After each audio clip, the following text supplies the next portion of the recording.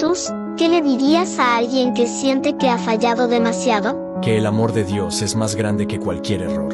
Pero ¿qué pasa si esa persona cree que ya no tiene remedio? Nadie está perdido para siempre.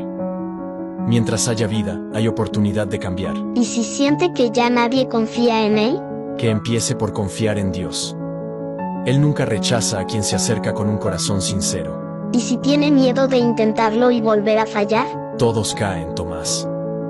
Pero lo importante no es cuántas veces cae, sino cuántas veces se levanta con mi ayuda.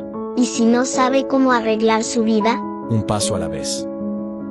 Con humildad, con esfuerzo y con fe, todo puede ser restaurado. Entonces siempre hay esperanza, aunque haya fallado muchas veces. Siempre. Pequeño. Dios no cuenta las veces que caes, sino las veces que decides volver a Él.